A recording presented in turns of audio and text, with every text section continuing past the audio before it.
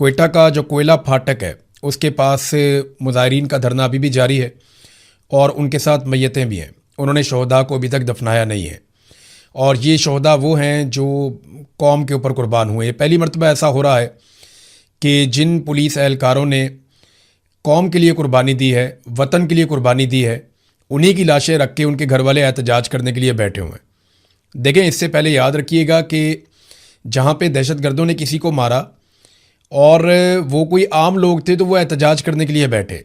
इससे पहले जो शिया हज़ारा कबाइल हैं कोयटा में, बलूचिस्तान में, वो एहतजाज करते थे और उनका एहतजाज होता था इस नौइयत का और वो दबाव डालते थे हुकूमत पर कि हमारे मुतालबात माने जाएँ, हमारा बार बार कत्लेआम हो रहा है, और बड़े जायज़ उनके मुतालबात होते थे। इसी तरह से मुख्तलिफ़ जगहों पे जब रियासत जुल्म करती है किसी के साथ तो लोग लाश सड़क पे रख के एहतजाज करते हैं। अब यहाँ बड़ी अजीबोगरीब चीज़ हो गई है कि जो सरकारी मुलाजमीन हैं, पुलिस वाले हैं, उनकी लाशें लेकर लोग सड़कों पे बैठे हुए हैं और फार्म 47 की जो जाली हुकूमत बनाई गई है वो इतनी बेहिस है कि वो आवाम के दुख और तकलीफ़ से मुकम्मल तौर पे लाताल्लुक़ लग रही है। अब ये जो कोयला फाटक है कोयटा में, इसके मनाज़र मैं देख रहा हूँ, मेरे सामने इधर स्क्रीन पे मौजूद हैं। यहाँ हज़ारों लोग मौजूद हैं इस वक्त, रात के वक्त, और लोग एहतजाज कर रहे हैं। लोग अपने मुतालबात मनवाना चाहते हैं और इनसे बात करने के लिए कोई नहीं आ रहा। मैयतें जो हैं वो वहाँ पे मौजूद हैं। इसके बावजूद हुकूमत में बहुत बेहिसी है। आसिम मुनीर साहब आए, शहबाज शरीफ साहब आए, प्राइवेट जेट्स के अंदर आए, लेकिन इन लोगों को मिले नहीं, इनके मुतालबात सुने नहीं, क्योंकि मामला बड़ा संगीन नौइयत का है। और ये चीज़ें मैं आपके सामने रख देता हूँ। BBC ने इसके ऊपर लिख दिया बाकायदा। पाकिस्तान के मीडिया को तो लिखने की कोई इजाज़त ही नहीं है। ना पाकिस्तान का मीडिया लिख सकता है, ना TV चैनल्स के ऊपर बोल सकता है। और पाकिस्तान में जो भी सहाफ़ी इसको रिपोर्ट करेगा उसके साथ क्या होगा, जो सौराब बरकत के साथ हुआ, जो इस वक्त रज़ी ताहिर के साथ हो रहा है, या जो अहमद फरहाद के साथ हुआ। ये हसास तरीन मामलात हैं और इन पे बात करना बहुत ज़रूरी है। अगर आप बात नहीं करेंगे तो पाकिस्तान का नुकसान होगा, अगर आप बात करेंगे तो पाकिस्तान के रियासती इदारे आपका नुकसान कर देंगे, और वो लगातार ऐसा करते चले आए हैं। सहाफ़ियों ने इसको पहले भी बहुत भुगता है, अभी भी भुगत रहे हैं, लेकिन इंशाल्लाह इसका मुकाबला करेंगे। अब सूरत हाल आप ये देखें, BBC रिपोर्ट कर रहा है। BBC ये बताता है कि ये मुख्तलिफ लोगों के इंटरव्यू किए उन्होंने। शम्स रहमान समेत धरने के शुरका का मौक़िफ़ है कि 1-2 टंकियों की हिफाजत के लिए हमारे प्यारों की एक बहुत बड़ी तादाद को मुनासिब इंतजामात और तैयारी के बगैर ज़िले के मुख्तलिफ इलाकों में भेज दिया गया। जबकि अपने भाई आसिफ खान की लाश के साथ धरने में शरीक साबिर खान ने दावा किया कि हमारे प्यारे चीख चीख कर कह रहे थे कि हमें गोलियां पहुंचा दो, लेकिन वो नहीं पहुंचाई जा सकी, जिसकी वजह से वो सारे मौत के मुंह पर चले गए। धरना कमेटी के रुकन अब्दुल फयाज, उन्होंने ये दावा किया, ये यहीं पे धरना चल रहा है, उनका दावा सुने आप। वो ये कहते हैं कि हम अपने प्यारों से राब्ते में थे, यानी जब गोली चल रही थी, लड़ाई हो रही थी, सबसे पहला राब्ता तो किया जाता है अपने सीनियर से, अपने ऑफिसर से, फिर राब्ता किया जाता है उन लोगों से जिनसे मदद मांगी जा सके, और फिर जब आप मायूस हो जाते हैं तो आप कहते हैं चलो एक आखिरी कॉल में अपने घर वालों से बात कर लूँ। तो वो बताते हैं कि हम अपने प्यारों से राब्ते में थे, जो ये कह रहे थे कि असला और गोलियों की कमी की वजह से हम मौत को अपनी आंखों से देख रहे हैं, लेकिन इनको मदद नहीं पहुंचाई जा सकी, यानी उनकी मदद नहीं की गई और उसके बाद वो सारे लोग शहीद हो गए। अब ये सारे लोग ये बता रहे हैं कि जनाब पुलिस लड़ रही थी, कई घंटों तक लड़ रही थी, लेकिन उन्हें जानबूझकर मदद नहीं पहुंचाई गई। मैंने कासिम सूरी साहब से भी पूछा, बहुत सारे और लोग हैं, कासिम सूरी साहब के साथ मैंने एक पूरा एपिसोड किया है, वो आप उनके चैनल पे देख सकेंगे। साबिर शाकिर साहब भी मौजूद हैं, वहाँ चैनल पे भी आप देख सकेंगे कि वो जिस जगह पे ये वाकयात हुए हैं, यहाँ चारों तरफ सिक्योरिटी फोर्सेस मौजूद हैं, उनके नाके मौजूद हैं और उनकी भारी तादाद बड़े भारी असले के साथ वहाँ पे मौजूद है, लेकिन कोई भी मदद के लिए नहीं आया। ये बड़ा अनफॉर्चुनेट है। BBC इसको रिपोर्ट कर रहा है, पाकिस्तान का मीडिया कर नहीं सकता। ये एक और मनाजिर है, ये मनाजिर आप देखिए, ये नौशकी के हैं। ज़िला नौशकी जो है बलूचिस्तान का, ये मैं आपको थोड़ा सा बता देता हूँ कि पहले चागी आता है नीचे की तरफ से, बहुत बड़ा ज़िला है।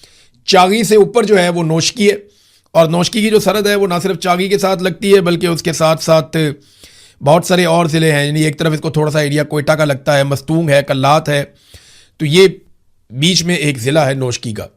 अब वहां के मनाजिर आ रहे हैं कि बीएलए वाले पुलिस की गाड़ियों में शहर का गश्त कर रहे हैं। यानी जो सरकार ने गाड़ियां लेकर दी हैं पुलिस को, उन गाड़ियों पे कब्जा कर लिया बीएलए ने और वो शहर का गश्त कर रहे हैं।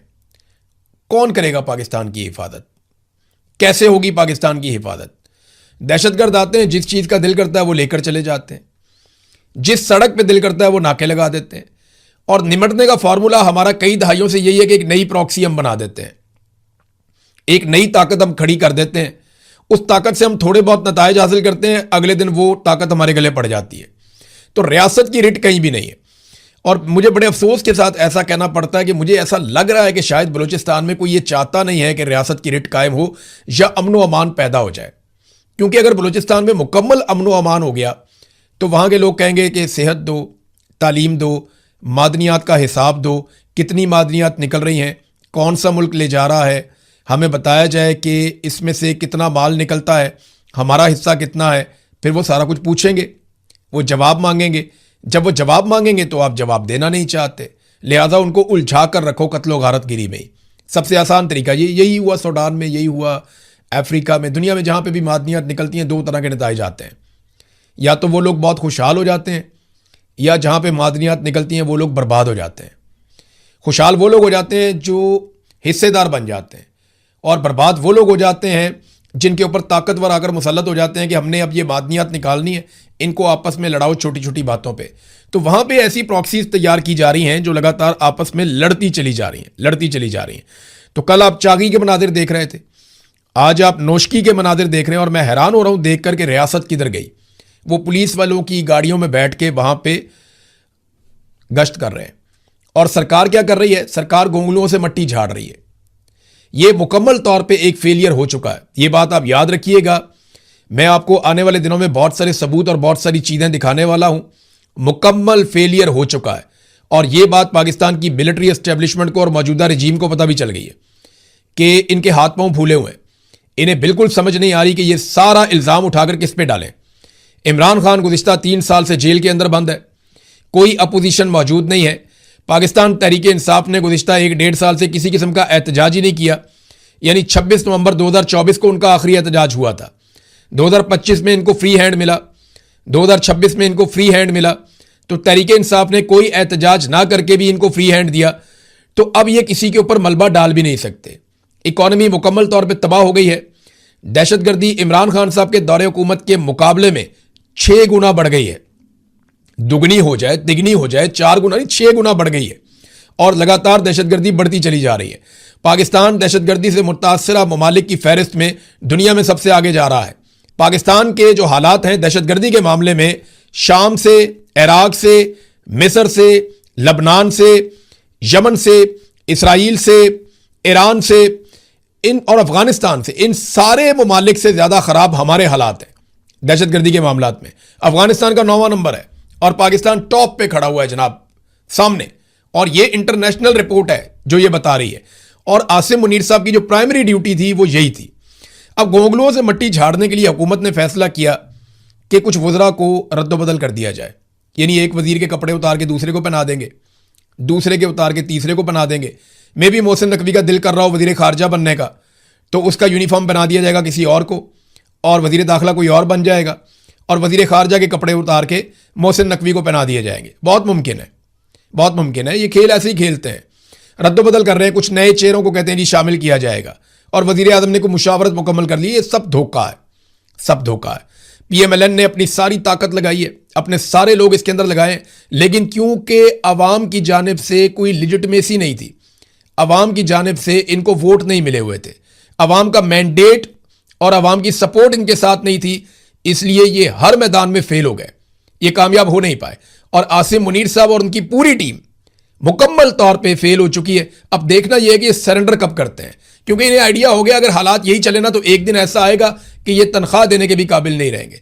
20-20 अरब रुपए से ज्यादा एक एक दिन में पाकिस्तान ने कर्जा लिया है। इतना कर्जा पाकिस्तान ने तारीख में कभी नहीं लिया जितना कर्जा इन 4 सालों में आसिम मुनीर साहब के दौर में पाकिस्तान ने ले लिया। पाकिस्तान के तमाम आर्मी चीफ मिलकर इतना कर्जा नहीं ले सके जितना कर्जा अकेले आसिम मुनीर साहब ने ले लिया है। और उसका नतीजा क्या निकला कि पाकिस्तान पे बोझ पड़ गया, पाकिस्तान को फ़ायदा कोई नहीं हुआ। तो आसिम मुनीर साहब और उनकी सारी टीम मुकम्मल तौर पे नाकाम हो गई। और सोने पे सुहागा ये है कि जिस आदमी को तोड़ने के लिए पाकिस्तान को इस बर्बादी की इंतहा तक पहुंचाया गया, वो आदमी इमरान खान इनसे फिर भी नहीं टूटा। ये सोने पे सुहागा इनके लिए।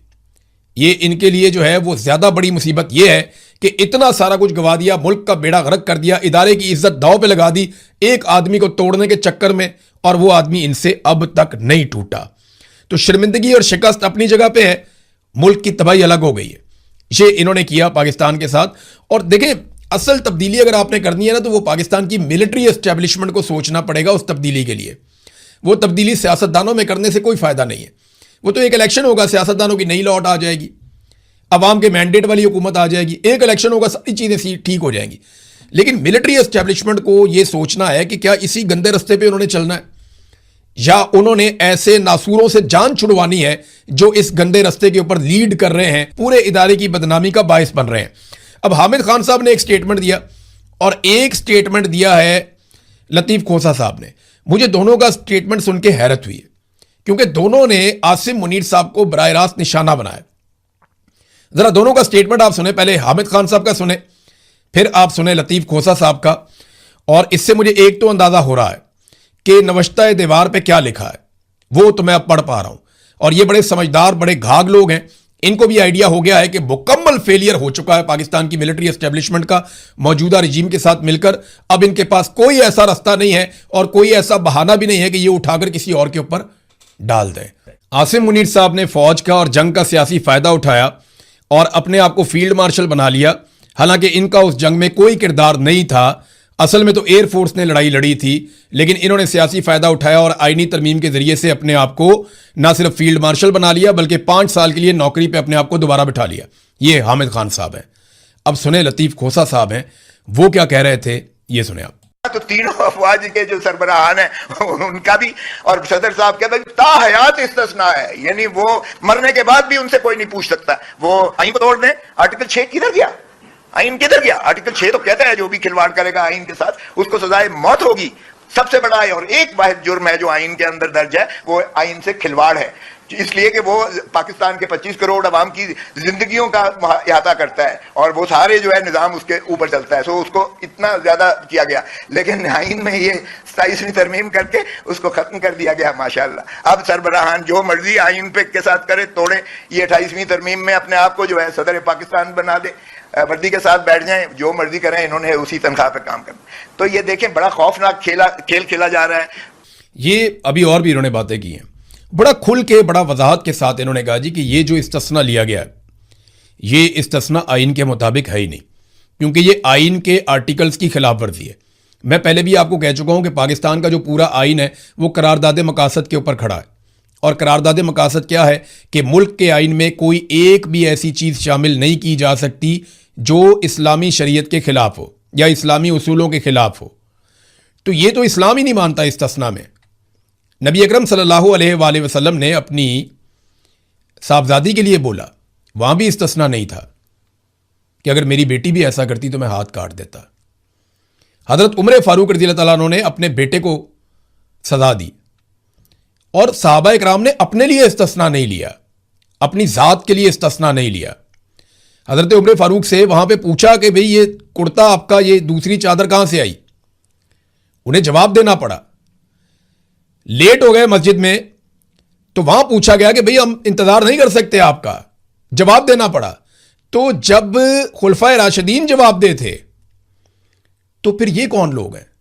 ये इस्लामी उसूलों के भी खिलाफ है कि आपने आइन में एक ऐसी शिक शामिल कर दी है जो इस्लामी रूह से मुतसादिम है। ये तो उड़ जाएगी जैसे ये नौकरी से जाएंगे ना, ये सवाल ही पैदा नहीं होता। जिस दिन आसिम मुनीर साहब जाएंगे ये इस्तिस्ना वाली कहानी खत्म हो जाएगी और ये किसी काम नहीं आएगी। ये पूरा पाकिस्तान क्या दुनिया का हर आदमी जानता है, और जो कानून का छोटा सा तालिब इल्म है ना उसको भी आइडिया है कि इस इस्तिस्ना के पीछे है क्या। तो हामिद खान साहब ने और लतीफ़ खोसा साहब ने जो बातें की हैं ना, उससे मुझे आइडिया हो गया है कि मिलिट्री एस्टेब्लिशमेंट के हालात इन दोनों ने भी पढ़ लिए हैं और बाकी लोगों ने भी पढ़ लिए हैं। जो कश्मीर में हो रहा है वो एक बहुत बड़ी शर्मिंदगी है। वो कश्मीरी जो हमेशा भारत के खिलाफ एहतजाज करने के लिए निकलते थे, इतनी बड़ी तादाद में कभी वो भारत के खिलाफ एहतजाज करने के लिए नहीं निकले जितनी बड़ी तादाद में वो आसिम मुनीर साहब की पॉलिसियों के खिलाफ निकला है। पाकिस्तान के सफारत खाने के बाहर, पाकिस्तान हाई कमीशन के बाहर जितनी बड़ी तादाद में वो निकले, वो आसिम मुनीर साहब की पॉलिसीज के खिलाफ निकले। वो नरेंद्र मोदी की पॉलिसी के खिलाफ इतनी बड़ी तादाद में नहीं निकले जितने आसिम मुनीर साहब की पॉलिसी के खिलाफ निकले। ये सारी चीजें पाकिस्तान के इदारों को कैलकुलेट करनी पड़ेंगी कि सिर्फ एक आदमी की नौकरी, उसके इस्तिस्ना, उसकी जिद के लिए, उसके मफाद के लिए या उसको बचाने के लिए क्या पूरे पाकिस्तान के इदारों की कुर्बानी दी जा सकती है? सवाल है, इसका जवाब अपने गिरबान में देखकर खुद ही पूछ लेना चाहिए, अपने आप से पूछ लेना चाहिए। मुल्क क्यों नहीं चल रहा, इसकी वजूहात भी हैं। देखिए, मैं आपको एक खबर बताता हूं, ये सादी सी खबर है लेकिन इसके अंदर बहुत सारी चीजों का जवाब है। एफबीआर में अरबों रुपए की टैक्स बेज़ाब्तियां हुई हैं और कम वसूलियां की गई हैं।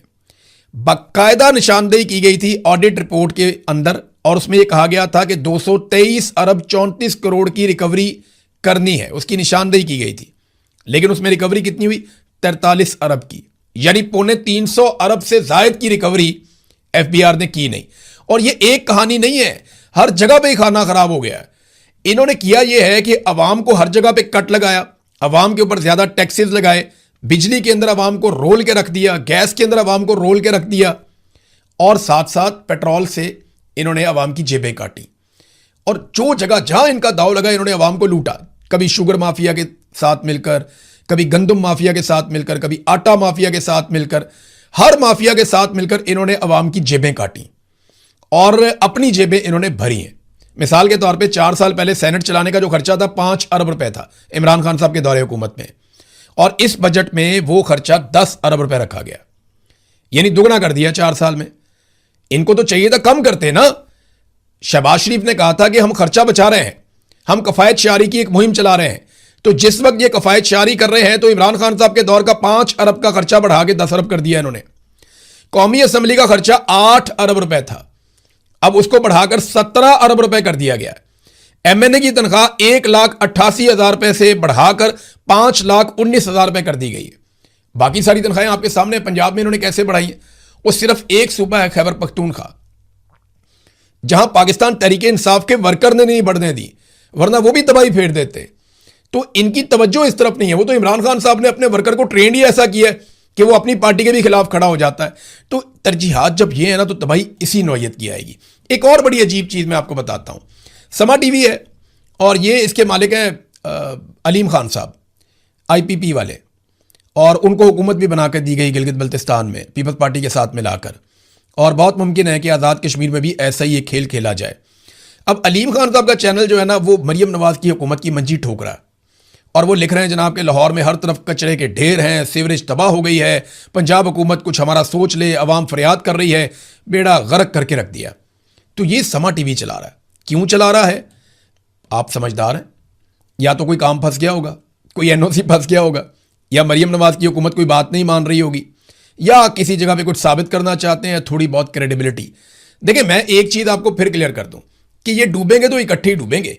फील्ड मार्शल आसिम मुनीर के बगैर नवाज शरीफ और जरदारी का काम नहीं चलना।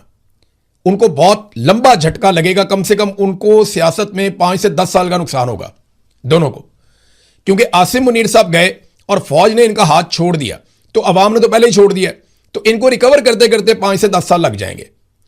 इनको तो इस बात का आइडिया है। और फील्ड मार्शल का गुजारा इन दोनों के बगैर भी नहीं है, क्योंकि अगर इन दोनों ने फील्ड मार्शल का हाथ छोड़ दिया तो उनका हाथ थामने वाला और कोई है ही नहीं। तो ये एक दूसरे की इंश्योरेंस पॉलिसी है।